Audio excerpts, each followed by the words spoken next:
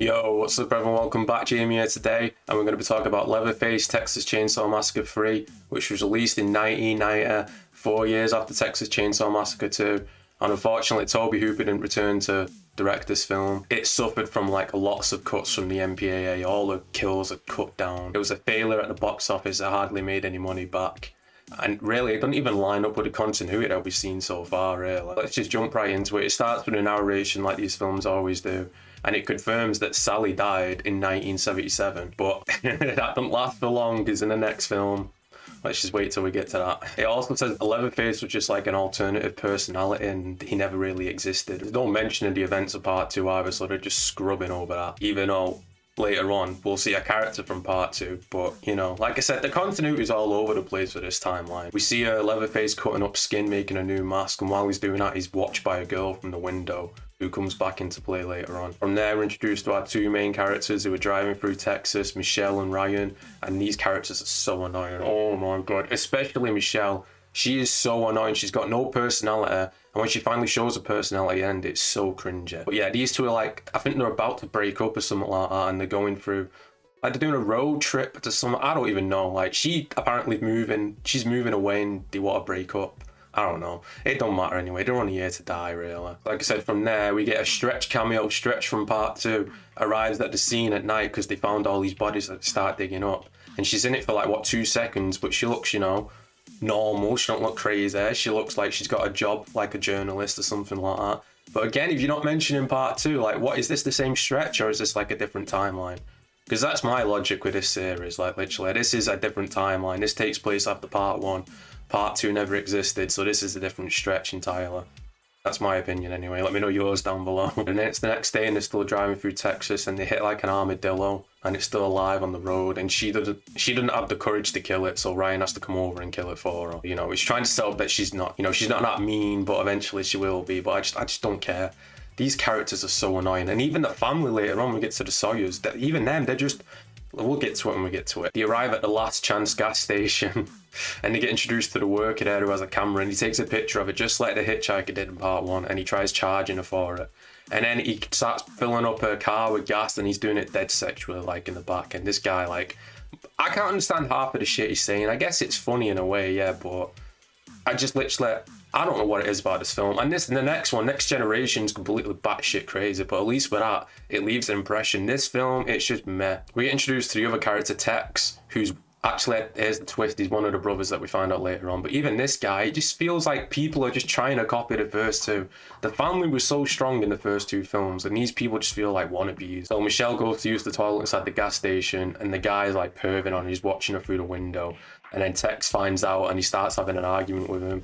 He pulls out his gun, and he starts shooting. He shoots them inside the car, like the window, so they drive away. And while she's looking back, it looks like Tex gets shot as well, but it just cuts away, so we don't really know. So from this point on, she's so worried about Tex, who she's known for like 5 minutes. And later on, she keeps going, what about Tex? What about Tex? It's like, bitch, shut up, man. You're in life or death situation. Why do you care about this guy? Like, literally, you're so desperate. It turns to night, and then a truck comes out of the gas station and starts chasing after him inside the woods. They throw a dead animal on a car window shield that makes them stop the car, and then they blow out a tire while they're doing this as well. So while they're changing the tire, they hear a noise, and Leatherface starts walking over with a brace on his leg, which I'm guessing came from the end of part 1, you know, at the end when the chainsaw falls on his leg and he cuts it open. But then again, like, this don't make sense, because if this is a sequel to part 2 and 1, why didn't he have the brace in part 2? Literally, part 2 takes place before this. He had nothing wrong with his leg in that, and now in this one. So again, yeah, it's a direct sequel to part 1. It has to be. It don't make any sense otherwise. Leatherface attacks him, but he managed to drive away, but he takes the trunk off the car. And then from there, we get introduced to Ken Forey, who's playing the character of Benner, and he's like driving on the road, and then like, this shot's weird because they're driving and he's driving. Some like guy just wanders on the road in between them and they both crash, but they're not inside the same shot. The 2 cars are not inside the same shot, but they both crash anyway. So yeah, Benny goes over there to try and help him out the car. And this is what I'm talking about. This fucking Michelle needs to shut up about Tex, because she's like, oh, we need to go back for Tex. We need to go back. It's like, bitch, figure out your own situation first. That was hours ago. So from there, a truck pulls up and it's a guy with a metal hand. And you can tell this guy is supposed to be like the chop top type of character. And it just doesn't work. Like I said, the whole family in this film, it just feels like they're imitating other people. It's just, Benny sees the chainsaw on the back of his truck, so he goes to get his gun from his car. He starts trying to run him over, I guess, but he gets away. And at this point, this is where I just started like, I blanked out for a bit. So the next part was actually interesting. We get Benny versus Leatherface until that random girl shows up from the beginning of the film to distract him. Like this film, like what the fuck? At least like Next Generation's completely batshit, like I said, but this film just feels like meh. But yeah, she leads Leatherface away and then she comes back to Benny and they have like a conversation. She's obviously crazy. She says she's been out here for a week and her and her sister like stopped to help someone. And then it all went downhill from there, basically. But of course, Leatherface ends up killing her. He like gets her by the throat, puts her up a tree, and like just chainsaws right through her. But of course, we don't see any of this because of the cuts of the MPAA, unfortunately. Next person to get killed is Ryan, because Ryan and Michelle start running through the woods, which seems like forever, until he gets caught by a bear trap, like Jason, like the remake of Jason. You know, this Leatherface, they got traps about the place, so he's in a bear trap. She don't even bother helping. He's just like, go run. And she's like, all right, fine, I'm gone. And then Leatherface comes over and kills him, of course. But he's not completely dead yet, which we'll find out later on. From there, she arrives at the house, and we all know what's going to happen here, man. We've seen this film before. She arrives at the Sawyer house, but wait, what? There's a little girl there instead. That's something new, right? Where she's got like a doll with a skull. Yeah, but she goes into a room and she ends up just stabbing her inside the leg. And you can tell, oh yeah, this girl's crazy as well. So they end up putting nails into Michelle's arms on the chair to keep it there. And we see Grandpa again, and Grandpa's looking even more dead than usual. Like, holy shit. I don't think this guy's alive at this point. 140 whatever year old he is now. He's not looking too good. We get introduced to another new character as well. The mum's inside the wheelchair. She's got like a voice box as well. And then they're hanging up Ryan like inside the room upside down. And like I said, this family, it just feels like an imitation of the last two and it doesn't work, man. Like first of all, inside the story, who the fuck are these people? How many families does Leatherface have? Like, are these supposed to be the same characters? Because clearly they can't, because there's a girl, there's a mum inside the wheelchair with a voice box. The two brothers, what we're going to say, like, oh, like, either you could come up with a situation, I guess, where like he's got like a massive family or something, but it just seems far-fetched to me. But I guess Leatherface adopted Chop Top's love for music because he's got headphones, he starts putting them on and tries putting them on her, she freaks out. And then from there, they give Leatherface a present, a new golden chainsaw written on it, the Saw his family, just like Drayton said in part 2. And he never actually uses this chainsaw really, but I mean, you know, I guess it's a cool chainsaw in a way. But yeah, then the rip-off Chop Top with the arm, he like burns Leatherface's headphones inside the oven, so Leatherface makes him pull it back out. So you can see, like, you know, he's got some personality. I'll give this film credit. Leatherface is much more better in this than the next one. Next Generation completely ruins Leatherface, but we'll get to that when we get to that. A funny scene here, we got Benny in the woods confronting the worker from the gas station before. And like I said, I can't understand a word this guy says. But he turns around and he's like, do I know you? And then Benny ends up knocking him inside the water where he's throwing all these body parts in. And this is a cute scene. Benny's spying on Leatherface inside his shed or whatever, and he's got like a machine that's like trying to teach him what words mean. So it shows a clown. It's like, what is this? And he just keeps typing food. It's like, that's incorrect. And he's getting aggressive with it, so he just ends up fucking off. But still, Leatherface is trying to learn what stuff is, but everything is to him is food. We go back to the house and Tex says, oh, we've had a problem with this like hitting to the head business, what Grandpa would always miss. So they've rigged it up to where the hammer is on like a string at the top of the roof, and you just pull the chain and it comes down and hits whoever inside the head.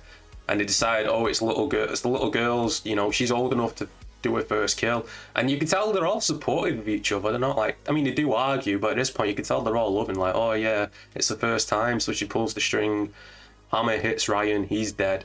Obviously we don't see anything because the graphic, you know, it all got cut out. And she goes over with a cup and she starts getting the blood and gives it to Leatherface. And then she sits on Leatherface's knee and she gives him a kiss on the lips. And it's like, so this is Leatherface's daughter? Because Tex even mentions, oh, he makes good babies. So like, what the fuck is going on? Leatherface is a rapist now, yeah.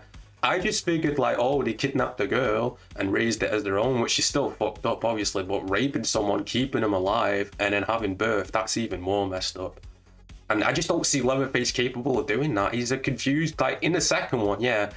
I mean, that's more of a comedy, but he got his sexual awakening in a way, didn't he, with Stretch, but still, I don't see Leatherface doing that. I could buy into like, oh, there was a young girl with a victim and he ended up keeping her. Benny just decided, fuck this, he starts shooting up the house. He shoots the mum inside the chair, one guy's ear and fingers, and he shoots the fuck out of Grandpa. Grandpa's definitely dead now until the next film, but you know, like I said, continuity's all over the place, right? We go outside and we get the cringe acting from Michelle. She's like doing all the crazy eyes, like, oh, you want to come get me? And then she runs away and it's like, what the fuck, man? I don't know. Outside, we got Benny versus Tex, and he sets Tex on fire, which is a cool effect, I guess. I do like that. And then Benny does a little run before it explodes. From there, he saves Michelle out of the swamp from Leatherface, but the chainsaw is inside the water. It's still going, sticking up somehow. I don't know how that works. And originally, Benny died here because Leatherface like pushes him to the chainsaw. You don't see any blood or anything like that. But originally, that was his death. But the test audiences really liked his character, so they decided to bring him back, which we'll get into soon. But still, I don't know how the hell he survived this, because Leatherface is literally pushing him into the blade, but, you know. From there, Michelle gets a rock while Leatherface is inside the water, and she just keeps hitting him with it, and I don't understand what the fuck she's saying. No idea. Maybe it was just my DVD copy, I don't know, I don't have this on Blu-ray. I don't think it was released in the UK, but yeah, I can't understand what she's saying, but she keeps hitting Leatherface inside the head with a rock. Next day, she's walking through a desert, she decides to sit on a tire, and then the truck pulls up from the gas station, but it's really Benny inside, and we're like, oh, Happy Days is alive somehow. But then the worker shows up, but eventually she ends up shooting him and he's dead. But before she shoots him again, he says something and I have no clue what the hell he's talking about. I should go and watch it again with subtitles, maybe that'll help, I don't know. But yeah, they drive away and then it ends with Leatherface walking into the shop with his brace on, so he's still alive. Overall rating for this film, I'm gonna give it a 5 out of 10. It's just meh, it's like middle of the road inside the franchise. It's just forgettable, really. Like, Ken Foree is the best part, no doubt. Shit imitations of the family, like what we've seen before. Really, really bad final girl. Like, Michelle is up there for one of the worst final girls I've ever seen. She's got no personality at all. And when she does, it's just completely cringy. Hardly any songs as well. Like, TCM2 has an amazing soundtrack. Hardly any songs has had this one. Still better than Texas Chainsaw 3D. I'll probably end up doing I'll probably end up doing a ranking of all the films once I'm done. But yeah, make sure you like and subscribe. Let me know your thoughts and opinions about TCM3 inside the comments down below. Next time I'm going to review Next Generation, which is going to be, oh, I can't wait for that. Until then, peace out in a bit.